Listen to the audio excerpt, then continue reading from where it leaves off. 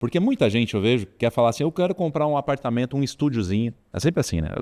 Comprar um estúdiozinho que eu vou pôr no Airbnb para me dar uma renda lá, porque eu vi um cara da internet e tal, não sei o O quê. corretor me ofereceu. Quais os erros?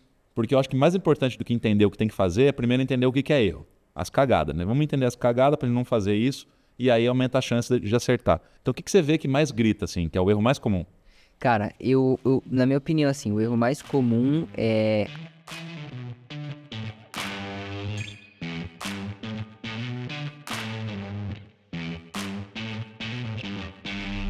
Estamos começando mais um episódio do Flippercast, o podcast que fala de mercado imobiliário, sempre de uma forma leve para você conseguir entender muito fácil do que a gente está falando aqui. Às vezes as pessoas ficam falando de investimento imobiliário e complicam em termos difíceis e tal. Aqui é bate-papo franco, conversa aberta, sempre tentando conhecer o máximo possível do convidado. E hoje estou recebendo aqui Gustavo Melo, que o cara é investidor de Airbnb, vai contar aqui para a gente as estratégias que ele usa para fazer dinheiro com imóvel. Bem-vindo, Gustavo. Boa, Carlão, prazer estar aqui. Valeu pelo convite. Sou um grande fã do teu conteúdo.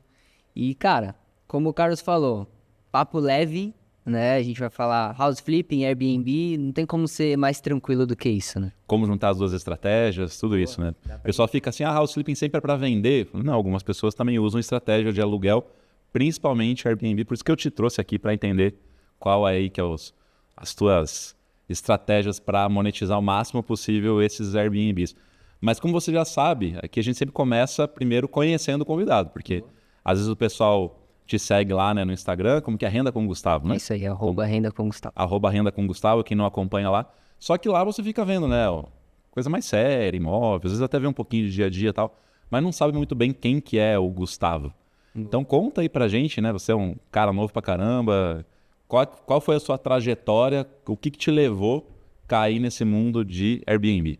Boa, legal. E é engraçado, cara, porque realmente nas redes sociais eu acho que eu tenho que fazer mais isso.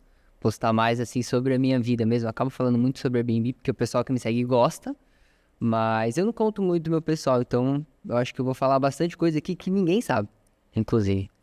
Nem eu sei. É, sim. É isso que vai ser legal. Muito Tanto que ele sentou aqui e ele falou assim, cara, a conversa vai ser legal, porque nem você sabe direito da minha história. Né? Porque às vezes eu recebo pessoas aqui que eu já tenho mais contato e tal, e eu já sei algumas coisas.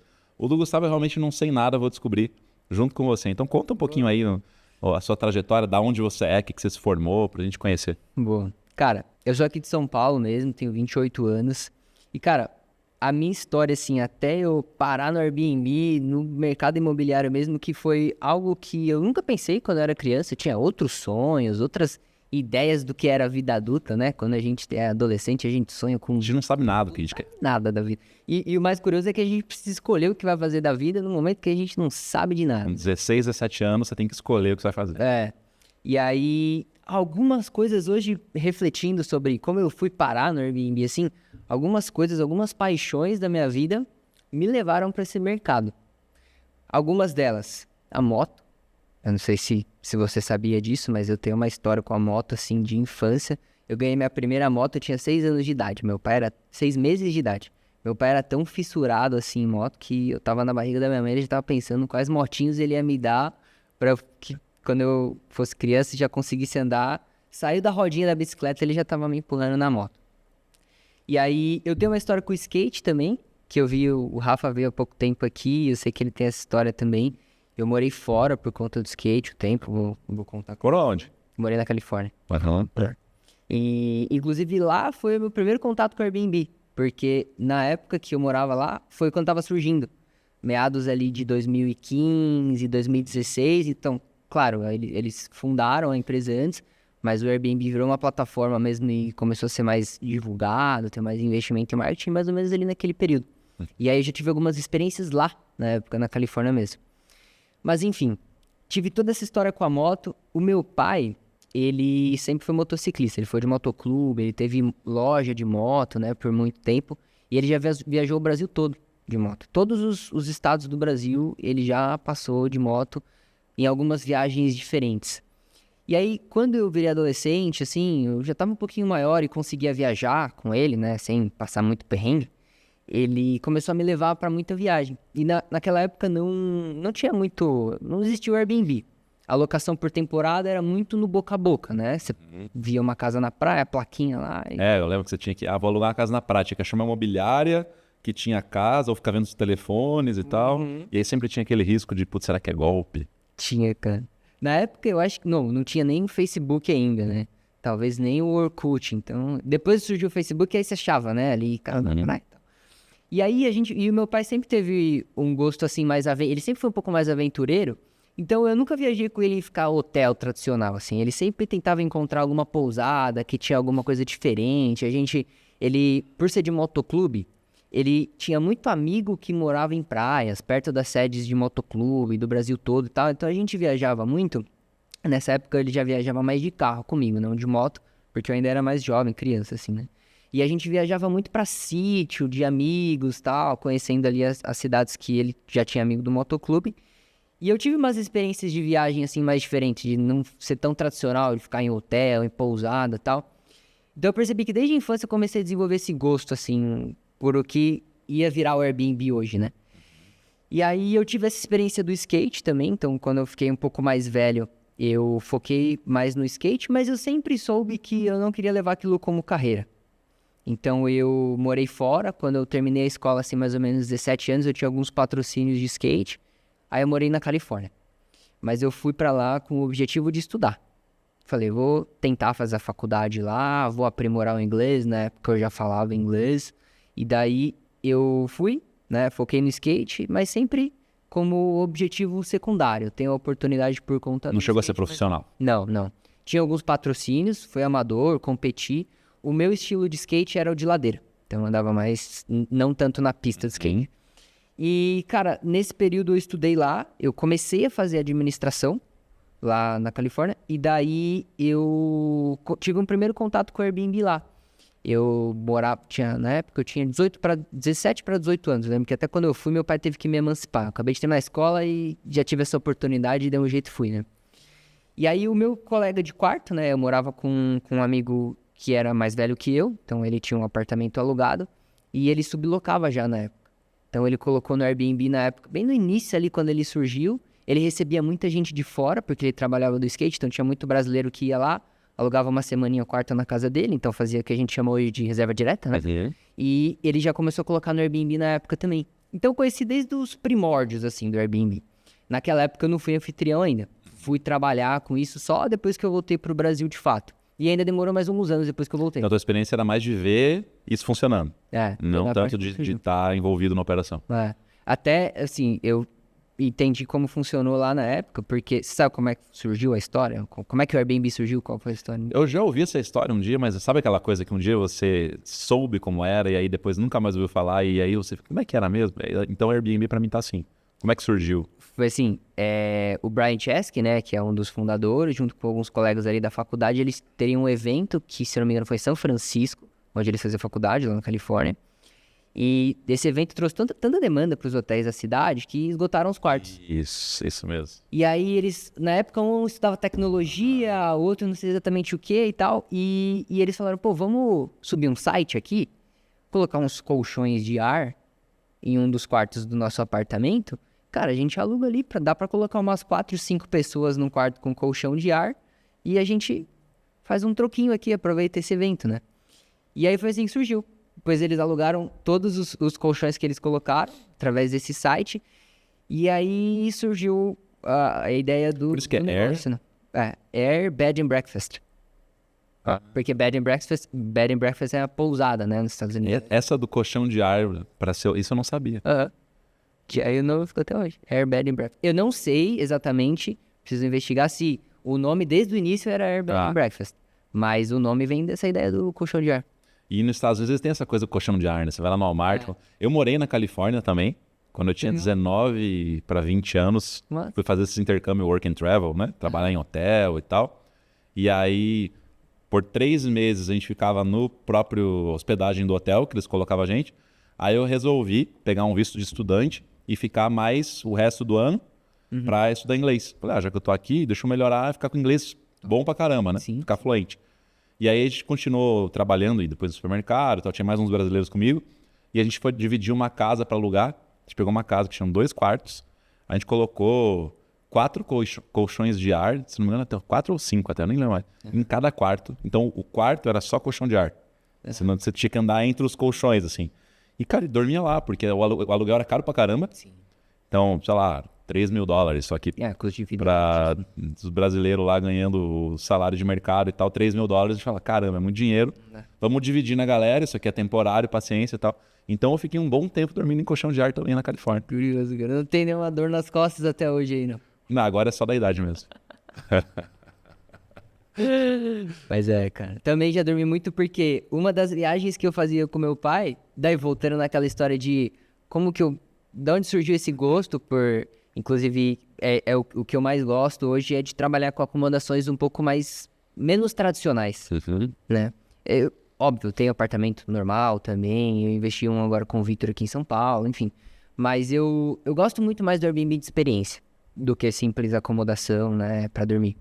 E eu já acampei muito com meu pai, a gente ia muito pra, na época, Trindade, Paraty, aqui no litoral norte, já comecinho do Rio de Janeiro, né, em São Paulo. A gente acampava muito, cara. Nos eventos do motoclube também, todo mundo armava barraca, colchão de ar, porque viaja de moto, né? E aí leva tudo no bagageiro das motos e tal. Mas enfim, toda essa história pra dizer que, cara, isso tudo fez eu ver o Airbnb surgindo desde o início, né? Esse meu gosto por coisas mais fora da caixa. Até porque a minha família toda, assim, meu avô, meu padrinho, o meu tio, né? O meu pai na época também, mas depois que ele fechou a loja, ele não ficou tão bem financeiramente mais. Mas todos são investidores imobiliários. E eu nunca gostei tanto, assim, do tema, comprar uma casa e daí construir. Eu não sou grande fã de reforma, né? Comprei o meu primeiro apartamento muito jovem ainda, mas nunca gostei tanto de mexer, de reformar, pensar na valorização. Mas surgiu quando eu voltei da Califórnia. Você chegou a terminar a administração lá? Não, lá não. Eu voltei pra cá e daí eu continuei a faculdade aqui. Tá. Aí eu comecei um estágio e a minha carreira, assim, no mundo corporativo, ela foi toda na área de tecnologia. Então eu comecei um estágio, aí eu cresci na empresa que eu tava, né, e tal, fui crescendo, até virar quase gerente ali na época. E daí, cara, eu tive sempre muita facilidade com tecnologia por conta disso, né? Eu não estudei tecnologia, eu fiz administração, fiz pós em marketing e eu trabalhava numa empresa que era uma plataforma de tecnologia mesmo. Não era o Airbnb, mas a gente montava projetos de transformação digital para grandes empresas. Muito mais complexo, inclusive, do que uma plataforma como o Airbnb, que é bem fácil, a usabilidade e tal. Qualquer pessoa consegue entrar lá e fazer um anúncio do zero. Falando em estratégia, daí entender de fato como o algoritmo funciona e rentabilizar ao máximo já é outra história. Sim. Mas fazer um anúncio, a usabilidade deles realmente investiram muito, né? Bilhões de dólares ao longo do tempo. Então, eu sempre, desde o início, tive muita facilidade de entender. Isso desde a minha fase de estágio, assim, eu tive muita facilidade com a tecnologia. E daí surgiu um apartamentinho do meu avô. Falou, Gu, eu acho que eu vou alugar esse apartamento. Falei, pô, eu acho que dá pra gente colocar no Airbnb. Na época, isso acho que 2018, 2019, mais ou menos. Eu já tinha voltado, aí já tava estagiando aqui. Então eu falei, eu vou colocar pra você, vamos ver o que dá. E aí começou a dar bom. No início não tinha tanta demanda ainda, então não era como hoje que assim, eu acho que pra fazer sentido, né, pra valer a pena o Airbnb, você tem que ter o potencial de faturamento de pelo menos o dobro da locação tradicional. Porque você tem alguns custos variáveis, tem o trabalho de fato. Eu costumo dizer, inclusive, eu corrigi algumas pessoas de que Airbnb não é renda passiva, né? Eu trabalho, atendo hóspede, respondo, tem uma agenda que a gente segue, né, fazer faxina, né, manutenção no imóvel, a gente tava conversando até antes. E não é renda passiva, justamente por isso eu sempre busco o dobro do faturamento do que se consegue de um aluguel bruto, assim, da locação tradicional, né?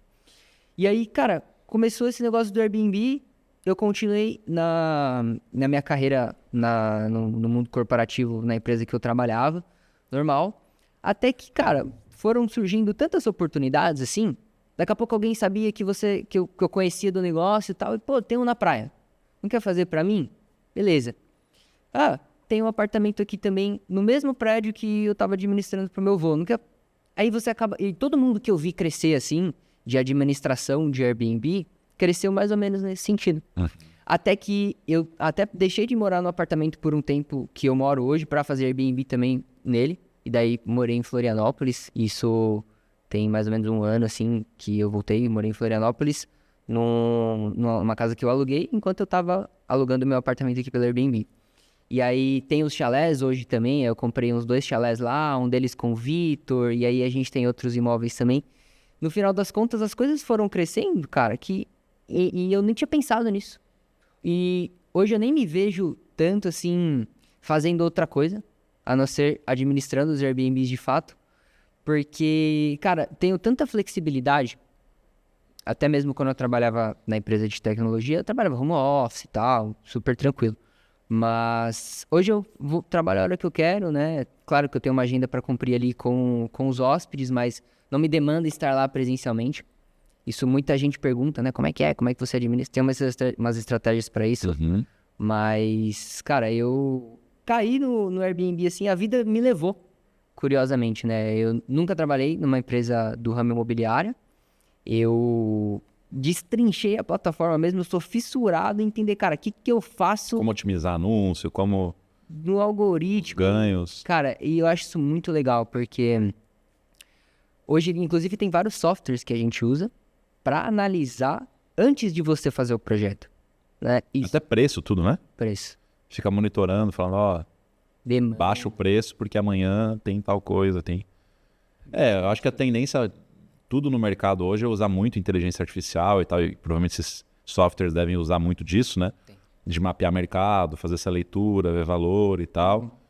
E tá, então você voltou, fazendo um breve resumo, né? Você começou lá viajando com seu pai, um negócio da moto que você falou, aí você acabou indo para os Estados Unidos por causa do skate, começou estudando lá administração, lá você teve esse primeiro contato com o Airbnb, voltou, ficou na cabeça a ideia do Airbnb, fez o Airbnb num apartamento do teu avô.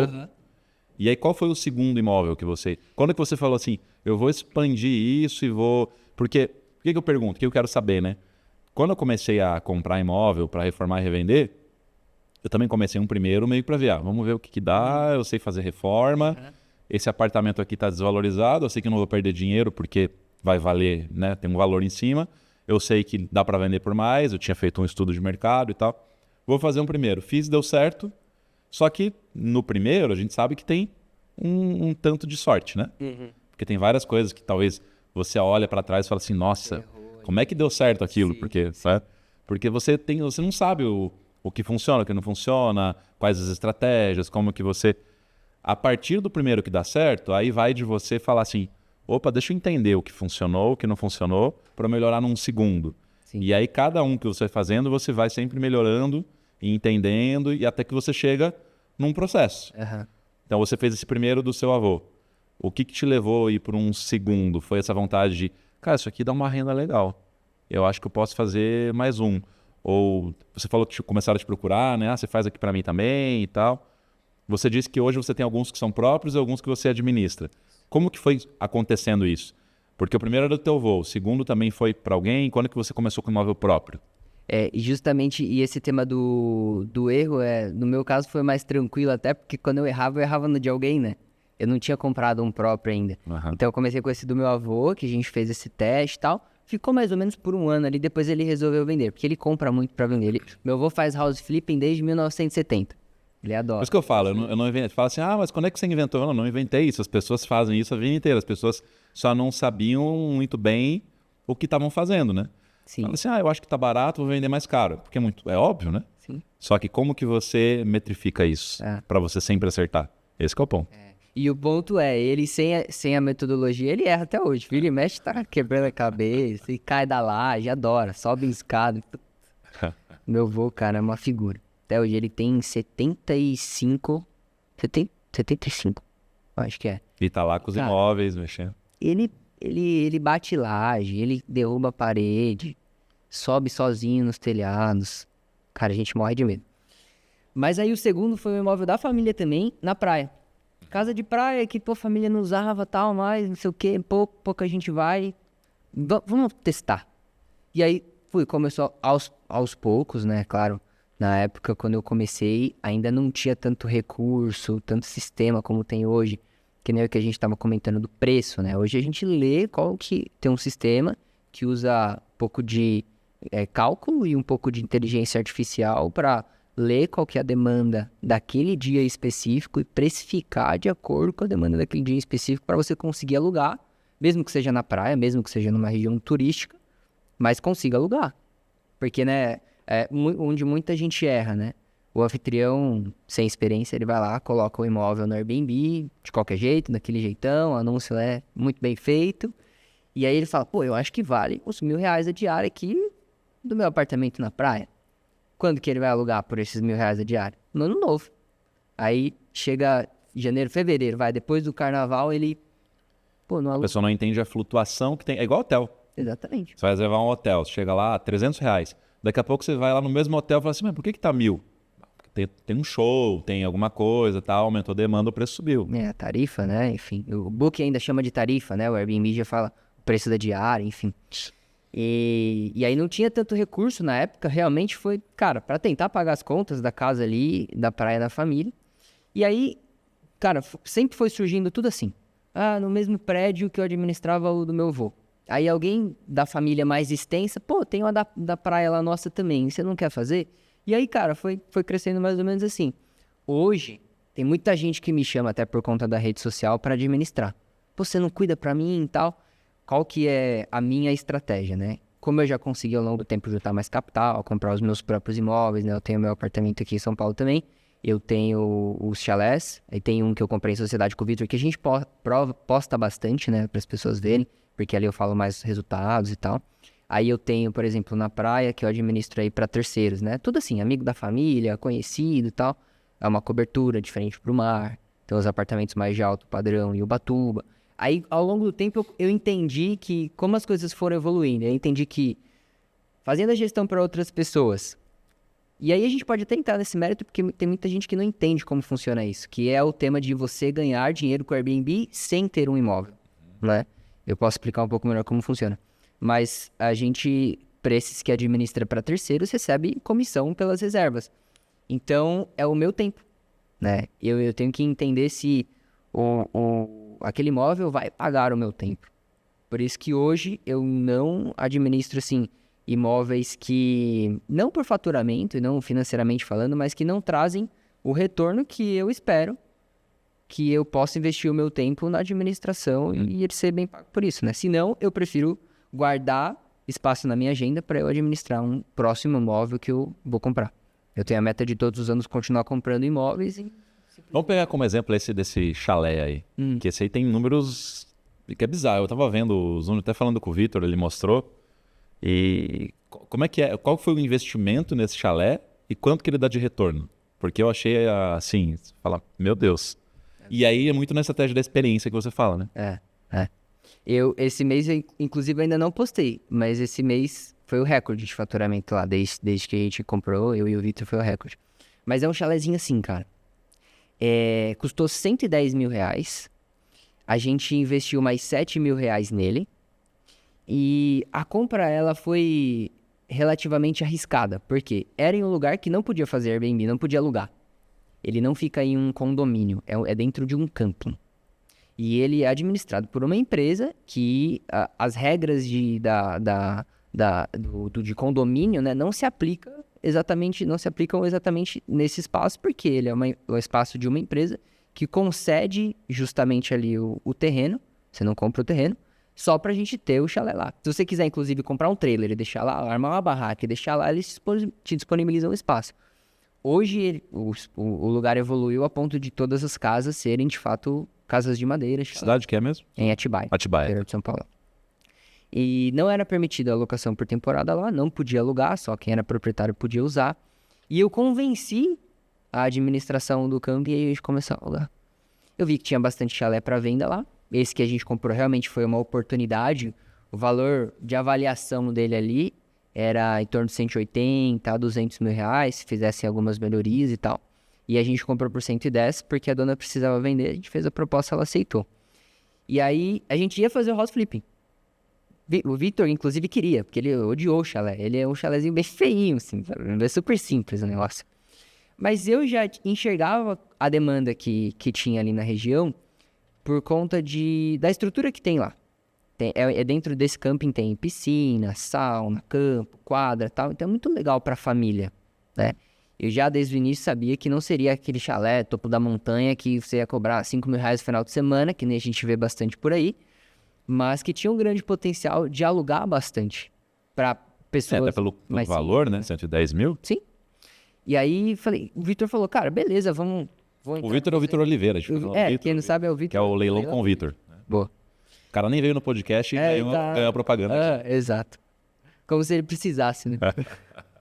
E eu já tinha um outro chalé lá, que eu tinha comprado justamente pensando na oportunidade de revender, com preço também e tal. Falei, vou comprar, vou vender. Como surgiu esse segundo, falei, cara, a gente vai fazer o flipping também, mas eu vou tentar convencer o proprietário aqui do camping do espaço pra gente fazer o Airbnb. E aí deu certo, ele topou, a gente fez um contratinho. A intenção dele era possibilitar que outras pessoas ali do camping que estivessem precisando, né? Pô, tô apertado, preciso vender o chalé, vou tentar alugar para pelo menos pagar os custos e tal. Ele abriria, né, pelo menos num modelo de projeto piloto para uma lista de espera de outros proprietários poderem alugar também e tal. E, cara, o resultado foi absurdo, assim, né? O que eu previ de demanda tinha... eu comecei a alugar o outro que eu tinha lá também. Eu já tô comprando um terceiro. Esse com o Vitor a gente comprou um pouco depois que eu já tinha comprado o anterior para vender. E, cara, resultados, né, em resumo. O melhor mês, até então tinha sido, a gente começou esse ano, né, mais ou menos no começo do ano. O melhor mês tinha sido em julho, que é mês de férias, né? E aí o público-alvo lá é muito família, com criança, assim, por conta das comodidades. Ele tem segurança 24 horas e tal. Apesar do chalé ser bem simples, né, a gente consegue acomodar, nesse chalé que eu tenho com o Vitor. Você chegou a fazer alguma reforma, alguma coisa, ou só mobília, só... Bem simples. A gente fez o que era... Bom chalé que é um negócio rústico, não tem que fazer muita coisa, né? Imprescindível a gente fez. Tipo, precisava fechar uma janela, que era uma janela que dava pra parede do outro chalé. Aí, beleza, a gente fechou aquela janela, troquei alguma coisa de esquadria, a gente colocou box de vidro e tal. O total da reforma foi 7 mil reais que a gente gastou. Então, o investimento total ali foi 117 mil. 110 da compra, mais 7 mil de reforma. Bem simples, assim. A gente fez box, esquadria, um reboco de parede, fechamos uma janela e é rústico, né? Então, esse em específico, ele é parte de alvenaria e parte de madeira. Então, mais ou menos até a metade curioso, né? Até a metade da parede, assim, alvenaria. Se você ver foto, você vai querer matar a gente. E a outra metade é madeira. Mas por quê? Daí eu fui investigar. Aquele espaço, muito antigamente, era um espaço de um trailer. Então ficava um trailer e daí subiram um telhado pro trailer. Aí fizeram uma... Era uma garagem. Era uma garagem com uma cozinha externa, um banheiro, pro trailer. E aí o negócio foi evoluindo, depois o ex-proprietário vendeu o trailer, aí subiu umas paredes, virou um chalé. Então foi um chalé que foi se transformando, era uma garagem, um trailer que virou garagem que se transformou num chalé. Enfim, virou o que é hoje. E, cara, melhor mês até então tinha sido de faturamento bruto. Voltando, né, na conta. A gente pagou 110, 7 mil de reforma. Ele é um imóvel que não tem escritura, né? A gente só paga uma mensalidade pro camping. Contrato de compra e venda com o camping, né? É uma empresa séria, existe há mais de 60 anos, tá? Então, a gente sabe da segurança que tem ali também. Claro que é um investimento mais arriscado, porque não é um imóvel de fato. Mas a chance de dar problema, conhecendo ali, tanta gente que tem muita gente influente também que tem chalé lá, né? O risco de dar algum problema sem estressar ninguém é muito baixo, né? E daí, primeiro mês, eu falei pro Vitor, a gente vai faturar 5 mil reais com esse chalézinho no Airbnb. Aí o Vitor olhou e falou, não acredito. Convence aí, então, o pessoal do condomínio, se for permitido fazer, daí faz o teste. Mas se não der esse resultado, daí a gente vende. Aí beleza, ia ser um bom negócio de qualquer forma. Cara, daí no primeiro mês quase chegou em 5 mil. O segundo mês já passou. E daí o terceiro mês, 6 mil, 7 mil a mês de férias, julho, 8 mil. E a gente fez quase 9, 8 mil e uns quebradinhos. E aí o melhor mês até agora, esse mês, 10 mil reais de faturamento com o chalézinho de Foi 8% de rentabilidade no mês ali do que vocês investiram. O líquido... Tá, esse é o bruto, né? O líquido sempre fica em torno de 50% a 60% a nossa margem. Então, nesse mês ainda não fechou o mês, eu preciso fechar os custos, o financeiro dele, Mas vai ficar em torno de R$ 5.000 de receita líquida, né? O que é absurdo em relação ao investimento, né? Vai dar Tô tendo. quase Até 5%. isso aqui, acho que foi até no episódio que teve com o Pedro Câmara, que ele falou também um pouco de aluguel e tal, mas ele divide, né? Ele usa muito a estratégia do Airbnb, mas também a locação tradicional, Ele faz também. porque a tese dele é muito de renda passiva, então ele quer construir patrimônio com imóveis e que esses imóveis se paguem com o que ele recebe ali, né, de aluguel e tal, e vai dando aquela renda ali para ele. E a gente estava falando, cara, de como que você calcula a rentabilidade disso, que é você pega o valor que você recebeu no mês, divide pelo que você investiu. No caso, você investiu 17 mil, então você pega lá, deu 17. é isso, 117 mil. R$ 5.000, divide por 117 mil, você tem a rentabilidade no mês daquele imóvel. Sim. Que assim, é muito acima do que você conseguiria em boa parte de outros investimentos que você tem foco em, vamos falar assim, em dividendo, né? Em ter uma renda passiva e tal. Exato. Ok. Porque você usou a estratégia da experiência. Né? É isso que eu estou pensando aqui. Porque muita gente, eu vejo, quer falar assim, eu quero comprar um apartamento, um estúdiozinho. É sempre assim, né? Comprar um estúdiozinho que eu vou pôr no Airbnb para me dar uma renda lá, porque eu vi um cara da internet e tal, não sei o quê. O corretor me ofereceu. Quais os erros? Porque eu acho que mais importante do que entender o que tem que fazer é primeiro entender o que é erro. As cagadas, né? Vamos entender as cagadas para não fazer isso e aí aumenta a chance de acertar. O que você vê mais de erro, além dessa questão do preço que a gente já falou, da pessoa achar um preço ali com base em nada e colocar? Na hora de escolher o imóvel ou na hora de, por exemplo, de mobiliar, eu vejo muito erro nisso. Que você vai lá, você vai no Airbnb, São Paulo, sei lá, Vila Olímpia, Airbnb, vai aparecer lá 1000 opções.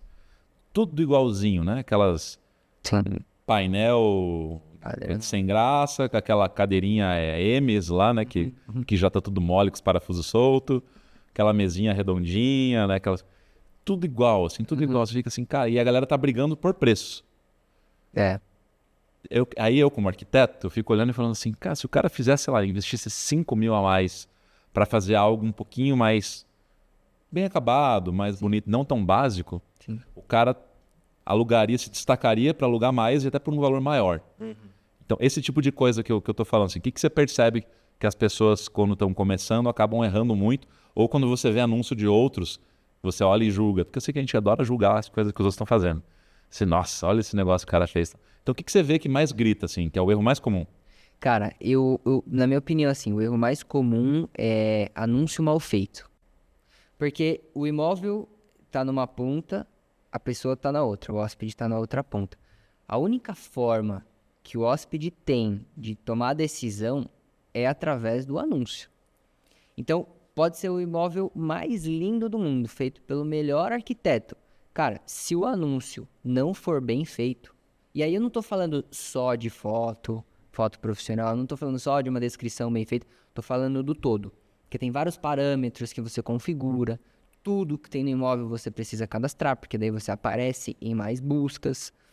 A precificação, né? Não adianta você precificar da sua cabeça, é o preço que o mercado quer pagar.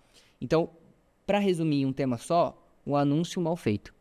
O anúncio mal feito ou mal feito e mal gerido, né? Por alguém que não administra tão de perto assim. Mas isso contando que a pessoa também já comprou um imóvel numa localização que tem demanda, que também tem muito isso, né? Ah, o estúdio ali tá barato, mas tá, onde que fica?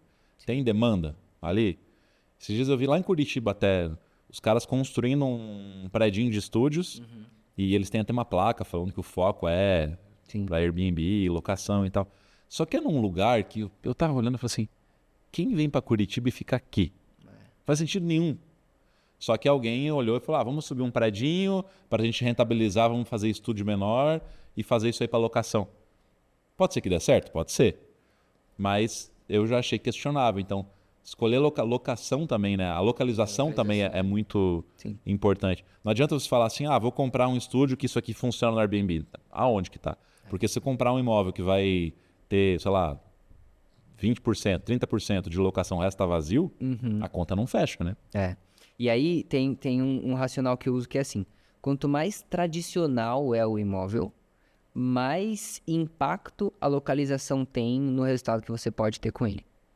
Então, por quê? Justamente, se a gente está falando de um apartamento normal, um estúdiozinho, cara, tem que ser a melhor localização, né? Óbvio que daí tem vários outros fatores como investimento para você analisar. Pô, o custo do metro quadrado faz sentido para a rentabilidade que eu vou ter nessa localização? Porque às vezes não é porque o apartamento está na Vila Olímpia, ou aqui em Pinheiros, em São Paulo, por exemplo, no melhor bairro de todos, enfim, de qualquer capital, que é lá que você tem que comprar. Porque se tiver uma outra oportunidade com um metro quadrado mais em conta, em outro bairro que tem um potencial, às vezes, percentualmente um pouco menor do que no outro bairro que é muito melhor, pode fazer mais sentido. Então tem todo um estudo de viabilidade, que o que é legal da locação por temporada é que tem software para você encontrar todos esses dados.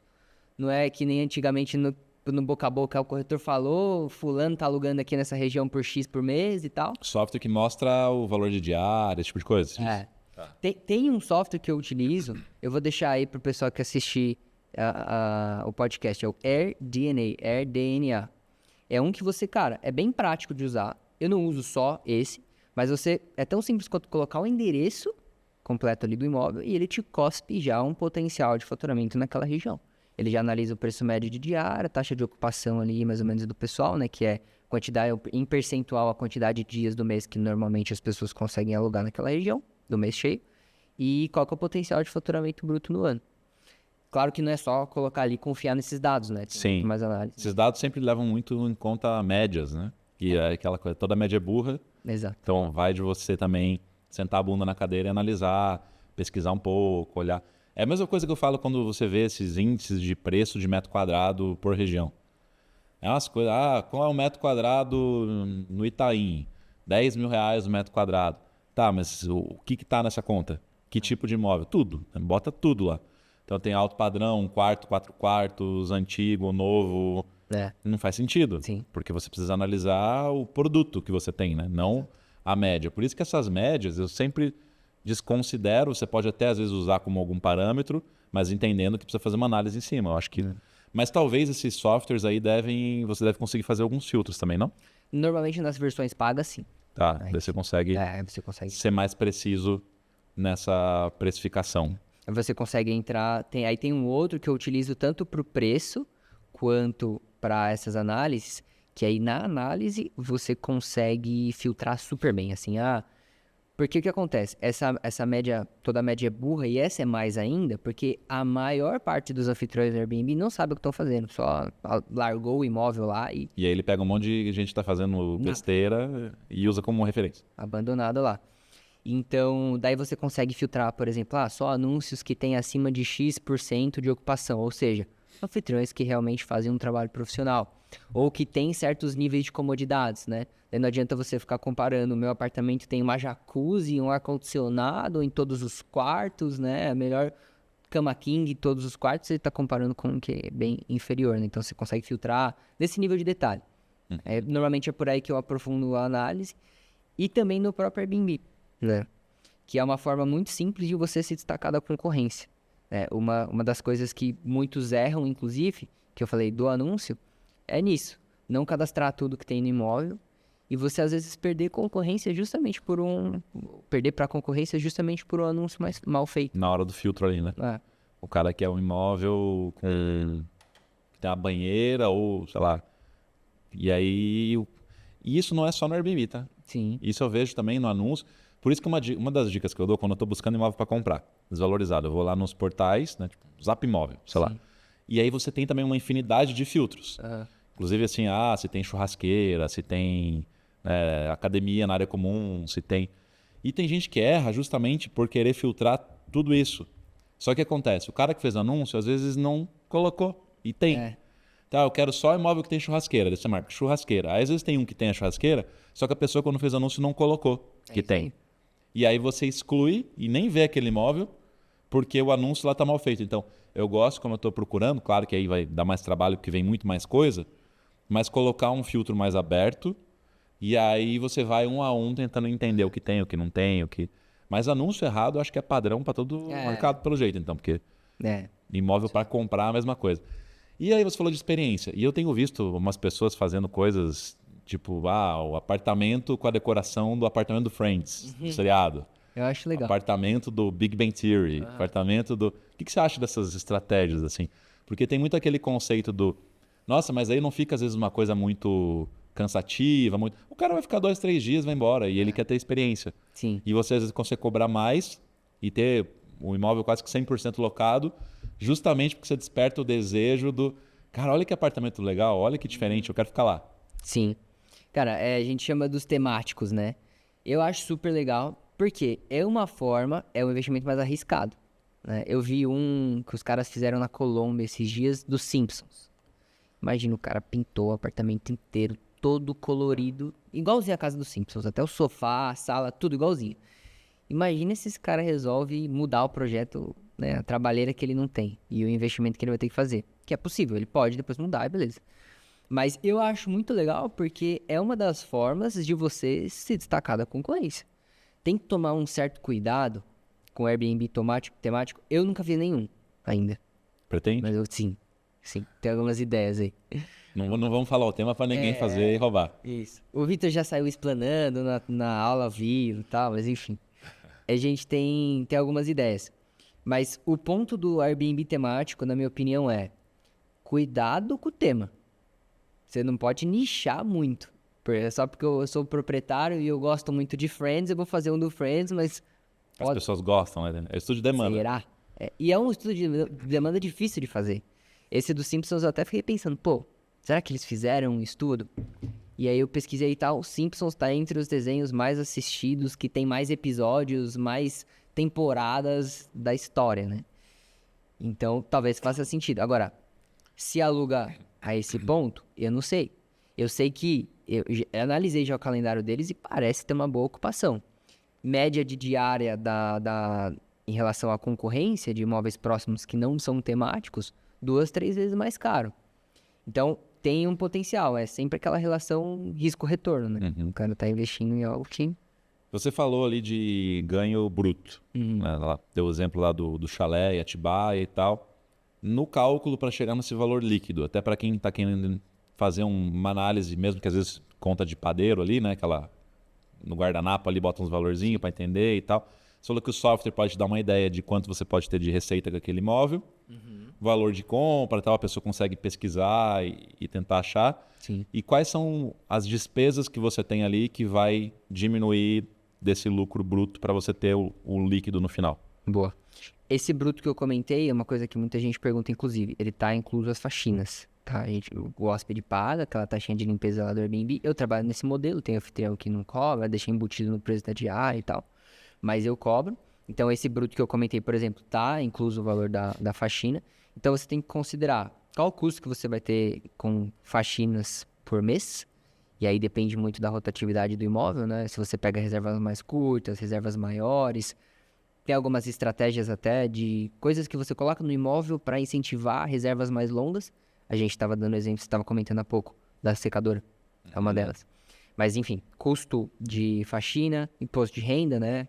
Padrão, é a mesma tributação da locação tradicional. Você tem que considerar manutenções no imóvel, né? Preventivas, principalmente. E reabastecimento de itens, que vai papel higiênico, um amenity, um sabãozinho que você deixa, né? O reabastecimento de itens de limpeza para faxineira.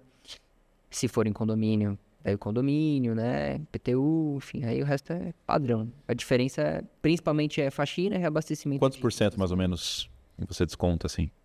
Cara, hoje, é o que eu comentei, a minha margem tá em torno de 50% a 60%. Então, desses 10 mil, metade é custo. Beleza, entendi. E isso você fazendo toda a administração. É. Porque tem pessoas que colocam para uma empresa, a empresa vai, a pessoa nunca vai nem no imóvel, nem vê nada. Só paga a taxa lá, tem uma administradora trabalhando, fazendo e tal. Quem quiser entrar, né? Porque tem pessoas que falam assim, não, eu quero levar isso como o meu dia a dia. Tem uns imóveis da família, ou tem um imóvel, ou quero administrar para um amigo, tocar isso. Qual é a demanda que você tem? Vamos considerar 10 imóveis. Você falou que hoje você tem 10, né? Isso, 10 imóveis. O que você precisa ter de estrutura? Quantas pessoas? Qual o tempo que tem que se dedicar? Para quem está pensando em fazer isso, ter uma ideia. Cara, eu trabalho hoje, assim, 90% do meu tempo é à distância. Difícil ir para os imóveis. Tem algumas... como é que eu posso dizer? Algumas tem uma rede de apoio que você precisa construir, não necessariamente sair contratando. Eu hoje não tenho nenhum funcionário, CLT, né, contratado. Então, tem com 10 imóveis. A rede de apoio que você constrói é o que vai fazer você conseguir administrar a distância. E hoje, eu gasto ali, daí tem essa base dos 10 imóveis que eu administro, eu gasto ali umas 3, 4 horas por dia de trabalho operacional mesmo, meu. Por quê? Eu não faço faxina, a maioria dos imóveis eu não faço reabastecimento de nenhum item, eu deixo isso para minha faxineira me ajudar a fazer. Elas normalmente gostam, inclusive, porque ela compra o que ela quer, de produto de limpeza que ela prefere e tal, ela vai lá no mercado, já me fala quanto deu, eu mando pra ela. E você paga por faxina que elas fazem? Pago tudo por faxina. Tá. Alguns cuidados com isso, né? Até com o trabalhista, tem outras para você não precisar ficar chamando muitas vezes na semana mesmo e tal. Então, normalmente, para cada imóvel, você tem uma redezinha de apoio ali, né? Eu administro isso tudo à distância, sempre conversando equipe de faxina. Quando tem alguém de manutenção, eu chamo para fazer uma manutenção preventiva. Eu sempre tento, em cada imóvel, em cada região, pelo menos, ter o contato de emergência. Pô, alguém que estourou um cano, deu uma dor de barriga ali. Vizinho, uma coisa assim. Precisa mandar alguém lá e resolver de última hora e acudir o hóspede ali, eu tenho, né? E também, hoje, pelo menos, nenhum imóvel é muito distante para mim. Então, se eu precisar ir Você até consegue ir e olhar. consigo. E você tem uma rotina de uma vez no mês passar lá? Tem. Uma coisa assim? Tem. Porque eu vejo isso, eu tava até comentando contigo, que tava falando que eu vinha para São Paulo bastante, e eu ficava em Airbnb, só que sempre tinha, eu olhava, que eu sou chato arquiteto, né? Tem esse lado. Mas via lá um móvel sob medida que você olhava no canto, putz, já tava soltando aquela fita de borda, já tava riscado, já tava um negócio. Ou você pegava lá, vou tomar um vinho, aí tem uma taça, a outra quebrada, a cafeteira não tem mais a jarra ali. Porque falta justamente aquele olhar do dono, né? Ou alguém responsável de olhar. Vai só lá a diarista, faz a faxina, ela limpa, quer ir para outra porque ela ganha por faxina, provavelmente, e não faz esse cuidado. Eu acho que esse é um erro que muito pessoal que coloca imóvel em Airbnb acaba cometendo. Deixa isso meio de lado, e é isso que o cara vai uma vez e depois não volta, não faz uma avaliação positiva. Porque o cara que quer reclamar é muito mais motivado do que o cara que quer elogiar. Foi bom? Foi bom. Pra você ir lá elogiar tem que ser muito bom. Você fala assim, cara, excelente. Nossa, merece um elogio. Agora, se foi ruim, você tem muita vontade de reclamar. Pelo menos é o que eu me seguro, até porque eu acho que pode ser que a diarista sacaneou o cara, não limpou, também coitado, tá tentando. Eu tenho um pouco disso. Mas tem gente que é muito motivada para ir lá destilar ódio e falar horrível e tal, não sei o quê. Como que você lida com essa questão de avaliação? Porque eu acho que para Airbnb é muito importante isso, né? É muito importante. É importante por 2 fatores, né? A prova social, né? O hóspede que está reservando, se a gente acha que não, mas eles leem as avaliações. Sim, eu leio tudo. Tem lá. E tem assim, 50 positivos. Tem uma negativa, você já fica relevando. Fala, mas será que era uma pessoa chata ou será que isso é um ponto? Será que eu sou chato igual a ele? Vai se questionar assim também. E é engraçado que as pessoas comentam de detalhes, assim, né? Tem uma coisa que eu faço, que até me ajuda a administrar a distância. Eu faço um vídeo de check-in em todo imóvel. Faço um videozinho de 2 minutos, assim, e eu encaminho pro hóspede. Normalmente no dia do check-in dele, como se fosse eu apresentando o imóvel para ele. Ó, quando você chegar, aqui é a senha do porta-chaves, aqui você aperta para ligar o micro-ondas, né? Enfim, tem uns chalés que eu tenho pinball, máquina de pinball. Ó, aqui você liga o pinball, esse pinball é de ficha, você pega a fichinha aqui e tal. Então eu tento explicar esses detalhes porque evita muita experiência ruim do hóspede de estar perdido ali, chegando no imóvel, não sabe onde tá e tal. E também me evita a pergunta besta, que uma hora você perde a paciência. Toda vez o hóspede perguntando alguma coisa, Qual a senha do a Wi-Fi? mesma coisa. E, cara, você tem que parar pra pensar que pode ser que o problema esteja em você e não no hóspede que não tá achando a informação. Aí eu tento sempre mapear tudo que o hóspede pode ter de dúvida na hora da implementação de um imóvel novo, de um anúncio novo mesmo assim, né? E a avaliação ela é muito importante por conta dessa prova social e pelo algoritmo, né? O Airbnb ele não quer anunciar o imóvel, ele não quer reservar, o Airbnb não quer reservar o imóvel mais barato. Ele quer reservar o melhor imóvel, porque eles ganham por preço também, não é por quantidade de imóveis que ele reserva, pelo valor da diária, taxa sempre em cima disso. Então, eles querem que o hóspede tenha a melhor experiência. Tanto que, não sei se você já refletiu, já parou para perceber isso, você que já usou. Lá nos filtros, não tem aquele famoso filtro de ordenar do menor para o maior. Tem o filtro de você limitar o teu budget. Quero pagar no máximo X reais na É viagem. verdade, não tem muito da avaliação. A avaliação é meio... Você vê o imóvel, aí você vai ver a avaliação. Não, eu digo o filtro do preço. Sabe aquele ordenar que normalmente tem em marketplace ou nos classificados mesmo? Ordenar do menor... Do mais caro para mais... É isso que eu vice-versa. reparei. Não tem. Não tem propositalmente. O da avaliação tem? Não. Eu acho que não tem também, né? Mas é o próprio algoritmo que prioriza os que têm avaliações melhores, assim. Coloca para cima. A busca do Airbnb, ela é muito, muito complexa. O algoritmo é muito complexo. É uma busca dinâmica. Eu confesso que me dá preguiça. Né? Às vezes eu vou olhar lá, puta, é tanto imóvel. Meu Deus do céu. Muita coisa, né? Hotel é mais fácil. É que eu sou velho, eu acho, é por Mais isso. padrão, né? Eu não sei. Mas eu acho que o principal do Airbnb, que eu vejo, custo, você consegue um preço menor que hotel. Sim. E, por exemplo, você vai para ficar uma semana a trabalho numa cidade. É um saco ficar em quarto de hotel. É melhor você ter um lugar que tem uma cozinha, uma mesa para trabalhar, um negócio. Eu acho que é aí que ganha muito. Eu acho que são os dois principais. E experiência, né? Eu comecei a ver muito em Santa Catarina, você falou que vai lá para Floripa e tal. Sim. Acho que ali, acho que é Praia Grande, alguma coisa assim. Que tem uns chalés também, chalé na nuvem, tem umas coisas... Aí o cara usa muito o trabalho no Instagram para divulgar a parceria com o influenciador e tal, manda a galera lá para ficar um fim de semana, Sim. fazer uma publizinha e tal, e o cara cobra R$2.500 numa diária ou num fim de semana, não sei, para um chalé que é lá no meio do nada e tem uma vista legal. De novo, o que você falou, experiência. A tua estratégia daqui para frente é focar em experiência, principalmente por causa do chalé de Atibaia, ou você vai continuar também indo no estúdiozinho tradicional, para executivo e tal? Cara, eu quero pelo menos focar assim 70, 80% de experiência. Quero diversificar um pouco mais também para acomodações mais tradicionais. Mas eu gosto muito mais da experiência, me dá muito mais prazer. Eu acho muito legal essa gestão mais variável, né? Porque o que acontece? Um imóvel de experiência, você pode não flexibilizar muito o teu preço e alugar majoritariamente final de semana, feriado e tal, como você pode ter um imóvel meio híbrido, você flexibiliza mais o teu preço e aceita pessoas ali que estão buscando um pouco menos de experiência, mas ele achou você no meio termo ali, o preço estava legal, não tá o mesmo preço do final de semana extremamente caro, então faz sentido. Acontece muito nos chalezinhos com a gente, de final de semana, por exemplo, eu alugo por 500, 400 reais a diária, e durante a semana 150, 180, 200 reais a diária. Aí eu pego pessoas que estão indo trabalhar na cidade, gostaram porque tem uma segurança, vaga inclusa, um grupo trabalhando junto assim, e daí pode ficar todo mundo na mesma acomodação. Isso também é um outro diferencial do Airbnb. Viajando em grupos maiores, vocês não precisam se dividir, imagina uma família grande, né? Lá a gente recebe muita família, assim, casal que tá levando a sogra, o sogro e 2, 3 crianças, sabe? É mais legal do que dividir em vários quartos de hotel, né? Entendi. E na tua estratégia de comprar o imóvel, bem, considerando imóveis próprios, você gosta de procurar imóvel novo na planta ou comprar um usado que já tá, às vezes já tinha até uma operação rodando, ou adaptar para virar um Airbnb, ou você não tem preferência, ou o que aparecer você faz a conta e se fechar tá valendo? O que você pensa? Cara, eu sou de família de comerciante. Então, eu sou o cara que gosta de ficar caçando oportunidade. Às vezes até acho uma boa, mas eu falo, cara, sabe, o famoso, ele não aceitou a canelada, aí você fica, pô, não vou pra cima então, né?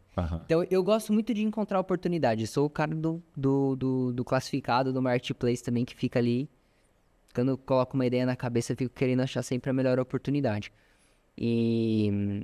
Então, assim, eu nunca comprei nenhum na planta. Eu vi meu pai comprar muito imóvel na planta quando era um negócio muito melhor do que é hoje. Na época eu aprendi isso com ele, inclusive, mas com o passar dos anos... E muitas pessoas ainda continuam acreditando que o melhor jeito de comprar é na planta. Eu falo que comprar imóvel na planta, você está comprando ele preço de mercado, não abaixo do preço. Claro Hoje que após estar pronto, né, 3, 4 anos para construir, vai ter a valorização, óbvio, né, até porque imóvel na planta, às vezes, por mais que hoje em dia o risco seja muito menor do que era antigamente, né, que falia a construtora, hoje tem patrimônio de afetação, né, tem algumas proteções, mas tem um risco um pouquinho maior do que você já pegar ele pronto, por isso você paga mais barato. Só que ainda assim você já está pagando caro, né? É isso que é a conta. Você pegar lá, sei lá, na planta para pagar 20 mil metros quadrados, sendo que às vezes você pega um que já está construído por 10 mil metros quadrados. Sim. E daí a gente que conhece a galera do imobiliário de fato, tem várias outras teses que você, cara, consegue oportunidades muito melhores. Por exemplo, a nossa do chalezinho foi conhecendo o mercado ali, justamente usando um pouco das suas técnicas de busca de imóveis desvalorizados no mercado. Claro que foi um investimento muito específico, né? Talvez se estivesse buscando um imóvel mais padrão, eu não estaria olhando para esse tipo de oportunidade, mas é porque eu já conhecia ali a região. Não é o único tipo de condomínio que tem lá, tem alguns outros, então já é um negócio mais consolidado assim na cidade, não é como em outras regiões que nem existe isso de camping, sabe? Então, o próprio leilão, né? Tem muita oportunidade também em Airbnb em leilão. É uma coisa E às vezes até imóvel novo, né? Em leilão. Sim. Uma coisa que eu sempre falo para as pessoas é, cara, aprenda a analisar se existe um potencial de Airbnb para aquela região que você está buscando, independente de qual seja a sua tese, se está comprando desvalorizado para house flipping, né? Ou se você está investindo em leilão, ou se você vai construir para vender. Porque isso é, por exemplo, você está construindo para vender, você trazer para o teu comprador que ali tem a oportunidade de X mil reais de faturamento por Airbnb por ano, é um argumento de venda. Você, na hora da venda de um imóvel que você comprou desvalorizado, fez a reforma, né, para fazer também. No leilão, mesma coisa. E o leilão, inclusive, eu sempre comento, principalmente para o pessoal que é aluno do Vitor, define, né, faz essa análise também do potencial de faturamento pelo Airbnb antes de definir a tua estratégia da arrematação. Você pode vender esse imóvel como renda. Sim. Esse que é o ponto. Sim. Eu tenho aluno, por exemplo, no Rio de Janeiro. Pega ali Copacabana, que é um lugar super antigo, não tem quase nada novo ali, né, subindo. Prédio antigo. Compra um apartamento ali, que está, às vezes, assim, na quadra da praia. Sim. Reforma. E aí, o que é uma coisa que já me falaram, eu aprendo muita coisa com as mentorias dos alunos e tal. Você falou assim, que às vezes a gente pensa que o Airbnb vai ser aquele só o estúdio ou um quarto e tal. Mas no Rio de Janeiro, às vezes o cara quer ir com um amigo ou com a família e aí quer ficar num apartamento. Então, esses apartamentos de 2 até 3 quartos, às vezes vai super bem nesse tipo de localização para o Airbnb, que não é aquele executivo que quer só dormir, não. O cara quer ficar uma semana ali, só que não quer ficar no hotel. Sim. Quer ficar numa casa e tal. Reforma esse imóvel. Até foi semana passada, um que eu até mostrei lá no Instagram. Reformou completamente o imóvel, vendeu ele, chegou a fazer Airbnb por um tempo, então validou que funciona. E agora um outro investidor comprou e vai continuar fazendo Airbnb. Então a pessoa comprou um imóvel para renda. Você consegue até um valor maior, você até valoriza mais esse imóvel, porque é um imóvel que já tem uma renda rodando, garantido, já está com uma operação estruturada. Então essa também é uma forma de fazer um house flipping de imóvel gerando renda. Ele transformou num business e vendeu o business no final das contas, né? Isso. Pegou um imóvel lá velho, precisando de reforma, reformou, fez ele gerar renda e vendeu. Dá para você tentar precificar considerando já o faturamento. Isso. Você valoriza mais o imóvel. Com certeza. Porque a pessoa, na hora que compra, ela vai fazer a conta do retorno. Ela fala assim, vou investir tanto, ele está retornando tanto, você consegue até aumentar o valor de venda. Sim. E você tem a prova, né? Sim. Mostrando para ele que realmente aquele é o faturamento real. Esse foi um dos argumentos que eu usei, inclusive, para convencer lá o pessoal dos chalés, né, a permitir o Airbnb, porque valoriza. E mais alguém começou a fazer Airbnb lá? Sim. Já tem alguns outros fazendo. É que assim, ele sempre tem a grande preocupação pela segurança. Inclusive, cara, quando eu recebo algum hóspede mais problemático lá, eu já cheguei a pedir para interromper a reserva de quando tem algum problema, reclamação de vizinho, porque ali tem muita família, pessoa de idade e tal. A segurança é sempre em primeiro lugar ali, e o bem-estar de quem já é proprietário, tem muita gente de anos lá, né? E então ele deixou expandir, mas no modelo piloto. Então ele abriu algumas vagas dentro de uma lista de espera, claro que eu que comecei, né, tudo. Aí depois da gente ele abriu algumas vagas. Hoje não tem ainda não é, né, uma oportunidade de mercado, assim, vou comprar um chalé lá e vou começar a fazer também, porque ele seguiu essa listinha de espera de quem, na verdade foi quem estava precisando mais, era maior parte dos que colocaram eram pessoas que precisavam vender o chalé, porque não estava usando, muito custo e tal.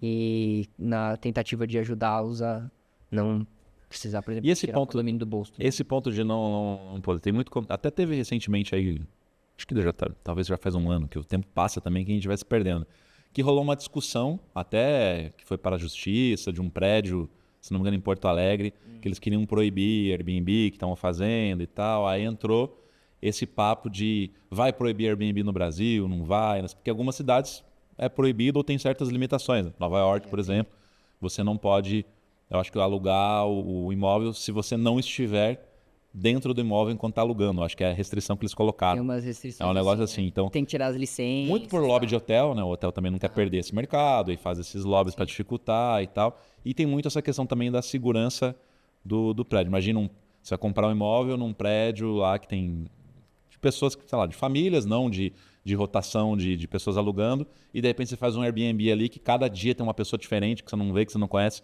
circulando, e às vezes, pô, tem criança, tem... Então gera essa preocupação com segurança, por isso que eu acho que muitos acabam proibindo, né? Como é que você vê esse risco de um imóvel que você tem e está rodando, daqui a pouco proíbem? Você faz sempre essa análise de risco ou você não se preocupa tanto? Como é que é? Sim. Cara, eu faço, é sempre importante fazer. A não ser que seja uma oportunidade como a do chalés que eu comentei. Afinal das contas, se proibir que existe o risco, Você vende. eu vou vender com puta lucro ainda. Então, não é tão arriscado assim nesse caso específico, mas eu sempre indico o pessoal a olhar qual que é principalmente a opinião comum ali do condomínio. Porque a tendência é que os condomínios votem a respeito no futuro. Seja por Porque às vezes não está na convenção, mas aí basta uma reunião e fazer a votação, acabou teu negócio. Hoje a regra precisa ter a proibição na convenção e no regimento interno, no caso de um imóvel em condomínio. E aí, para ter a proibição, ou já vem na convenção, né, se não pode, tal, os empreendimentos mais novos já estão saindo com tudo mais bem definido. A gente está falando aqui de uma coisa que acontece em imóveis mais antigos que surgiram, né, foram construídos antes da plataforma de fato existir. Então, para proibir, daí tem que fazer assembleia, mínimo 2/3 ser contra, né, e daí pode sim editar a convenção e o regimento interno colocando a proibição. Esse seria o processo legal. Né? O que acontece muito é que o cara que mora lá há mais tempo reclama pro síndico, aí o síndico fala, não, vamos proibir então, aí junta meia dúzia num grupinho de WhatsApp, tá proibido. Aí pega aquele síndico, aquela pessoa que não pode ter um gostinho de poder que ele acha que é Deus. Né? Exatamente. Eu vejo isso nas reformas, às vezes. Cara, agora a gente já começou aqui em São Paulo, aqui no Brooklyn, uma reforma. Até tava lá de manhã, mostrei nos stories lá. Foi 2 semanas de burocracia com o síndico e com a administradora, que assim, burocracia que você olha e fala assim, tá, mas isso que ele está pedindo ajuda em quê? Resulta em quê? Basicamente era assim, tem que fazer a responsabilidade técnica, beleza. Sempre tem que fazer lá a ART, né? Do responsável. Aí eu fiz a responsabilidade técnica, coloquei o texto padrão de reforma que sempre coloco, foi lá. Daqui a pouco volta assim, não, o texto também precisa incluir tal coisa, tal coisa, tal coisa. Aí eu falei assim, me diz exatamente o que você quer que tenha no texto, que eu copio e colo, e tá tudo certo para mim. Não, está lá no regimento. E eu já tinha olhado o regimento só falava que tinha que ter uma RT. Aí eu falei, bom, deixa eu tentar colocar mais essa frase. Aí fui lá, fiz a alteração, coloquei mais uma frase, aí foi. Não, agora precisa fazer um memorial descritivo de tudo que já tinha sido feito, mas esse memorial tem que ser assinado também digitalmente e aí não sei o quê. Aí vai, faz, assina. Eles foram criando uma série de burocracias que não estava na regra inicial. Porque quando você começar uma reforma num imóvel, você sempre fala qual que é a regra, né? Qual que é o regimento, qual é o procedimento. Tem que preencher um formulário, um termo, alguma coisa. Cada condomínio tem um jeito. E o cara te dá a regra, você faz, manda e vai. Só que tem uns que você vai, faz, o cara analisa. Ele, eu acho que faltou isso. Aí tá. O cara pediu até para fazer o cálculo numa tabela de cargas do quadro de disjuntor que vai ser alterado. E começaram a pedir um monte de coisa. Beleza, fez, entregou, mas assim, pede de começo, né, de início, para não ficar enrolando. A gente perdeu 2 semanas ali, já com a mão de obra fechada, com tudo contratado, com tudo. Então sempre tem, às vezes, uns condomínios que querem atrapalhar a tua vida, mas faz parte, né? Burocracia tá aí, ainda é menos do que construir. Eu tava falando, tava o Rafael Weiner aqui, eu tava falando com ele, cara, eu fugi da construção porque eu não aguento aquele negócio de ficar meses e meses lidando com prefeitura, com não sei o quê. Eu prefiro perder 2 semanas com o síndico. Eu acho que é melhor, é mais direto. Cara, a minha família tem um terreno que eu sou louco pra fazer alguma coisa de Airbnb e estão desembaraçando documentação e tal. E dá uma gastura, né, cara? Esses processos Mas você quer fazer tipo um chalezinho também? Experiência, assim. Mas enfim, projeto futuro. Você sabe que isso aí foi ali perto de Curitiba, tem uma região chamada São Luís do Purunã. Não sei se você conhece pra Não. lá. Que é uma parte, assim, umas montanhas, tem umas paisagens e tal. Na pandemia, explodiu aquilo de um jeito por causa disso aí. Então você comprava terreno lá, preço de banana. Aí na pandemia, todo mundo começou a falar, vou pegar um terreno. Aí tinha uma galera que já tinha da família e tal. Começou a fazer esses containers, esses chalezinhos de madeira, uns negócios assim. Porque ela é uma área de serra que faz frio no inverno, o pessoal gosta para lá tomar um vinhozinho, ficar na lareira e tal. Você não compra terreno lá agora, assim, em preço razoável. O negócio ficou por causa de demanda de chalezinho, contenta para Airbnb. Então, assim, explodiu o preço da região por causa disso. Sim, que loucura, né, cara? Existe esses tipos de imóveis, a gente chama de imóveis que são geradores de demanda. Porque se alguém fosse fazer algum estudo, pô, vou investir num chalezinho de Airbnb aí nessa cidade, né, às vezes não ia encontrar nem dado para analisar lá. Mas o imóvel, ou alguns imóveis se destacaram tanto, foi virando uma cultura aí na região que gerou uma demanda para aquela área. Isso aconteceu nos nossos chalés lá no interior de São Paulo também. Quando eu fiz o estudo lá, mostrava um potencial nessa plataforma que eu comentei, que você só coloca o endereço para fazer uma análise mais inicial, ele traz uma média, mostrava uma média de R$39 mil de faturamento ano. Pouco, né? Hoje eu fui olhar esses dias para mostrar um exemplo para os alunos na aula, 60 mil. Ou seja, daqui a pouco já está o dobro do que era o potencial quando a gente Vai valorizar. analisou. Você falou aulas, alunos, tal. Pessoa que está assistindo agora e que quer entender melhor ou quer pegar o teu aprendizado, que eu sempre falo que quando você pega e faz um curso, uma mentoria ou algo assim, não é só conhecimento que você está comprando, você comprando tempo também. Sim. Você não tem que ficar quebrando a cabeça, pesquisando um monte de lugar, tentando entender, ficar... Você pode ver um monte de vídeo, um monte de coisa, mas é muito mais fácil você pegar, tá, deixa eu ver esse cara que já faz, como é que ele faz, e replicar e fazer. Sim. Quem quiser começar a investir em Airbnb, que eu sei que é um interesse de muita gente, né? O brasileiro tem essa cultura do imóvel para locação, e eu acho que o Airbnb possibilitou ser mais rentável Exato. você usar essa modalidade. Vai lá, segue o Renda com Gustavo. Você tem algum treinamento? Você tem algum curso? Como é que funciona? Eu tenho uma mentoria, chama Mentoria Rica, Renda Inteligente com Aluguéis. Então, todo o conhecimento que eu tenho assim, em relação à plataforma, análise, como de fato operar um Airbnb para ser lucrativo e prático de operar, eu ensino na minha mentoria. Tá tudo lá. E aí tá no Instagram, encontra informação. Tem lá. E o Gustavo posta muito conteúdo lá também, mostrando. E ele mostra lá os imóveis, o resultado e tal. Então, para quem às vezes fica assim, nem a pau que esse chalezinho velho aí tá fazendo isso. O cara mostra o extrato lá para você ver e não ter dúvida. Então, segue lá o Gustavo. E quem quiser aprender a comprar imóvel desvalorizado, como é que reforma e vende, ou até colocar no Airbnb, como eu falei aqui, pode escanear o QR Code que está aqui na tela ou no link que está na descrição e entrar na lista de espera do método House Flipping. Provavelmente agora as vagas estão fechadas, mas você entra na lista assim que abrir, a gente avisa. E quem está vendo aqui pelo YouTube, se inscreve no canal, né, para você receber toda semana. Sempre tem um episódio novo de podcast. Agora eu vou começar a produzir mais conteúdo também. Isso é algo que eu estou jogando para frente. Dá trabalho fazer YouTube. O pessoal acha que é fácil e tal, dá trabalho, mas agora vai sair. Vai começar a ter vídeos semanais, além do podcast. Então se inscreve para você não perder. Se está ouvindo no Spotify, dá 5 estrelinhas. Só dá um cliquezinho ali, 5 estrelinhas. Ajuda bastante. E, Gustavo, mais alguma coisa que a gente não abordou aqui, não falou? Quer deixar para uma próxima? Eu falo assim porque daí eu já deixo combinado a próxima, que aí é um convidado já para um próximo podcast. Boa, vamos embora. Define o tema agora já da próxima, então. Falar, não, você que tem que ser o criativo. Então vamos falar de Airbnbs de luxo na próxima. Airbnb. Então, próximo, já gostei, hein? Boa. Gostei, já fica o convite. Próximo, então, para 2025, né? O ano que já está acabando, estamos no final do ano. Então, o Gustavo vai voltar aqui para falar de Airbnb de luxo e a gente até falou aqui antes nos bastidores. A gente tem uns projetos e tal, né? Deixa no ar. E no próximo a gente fala. Gustavo, valeu. Obrigado pela participação. E agora ele já se convidou, né? Eu convidei, ele já colocou o tema. Vai vir aqui na próxima vez. O papo foi muito bom. Obrigado e tchau, até mais para todo mundo. Vejo vocês no próximo episódio.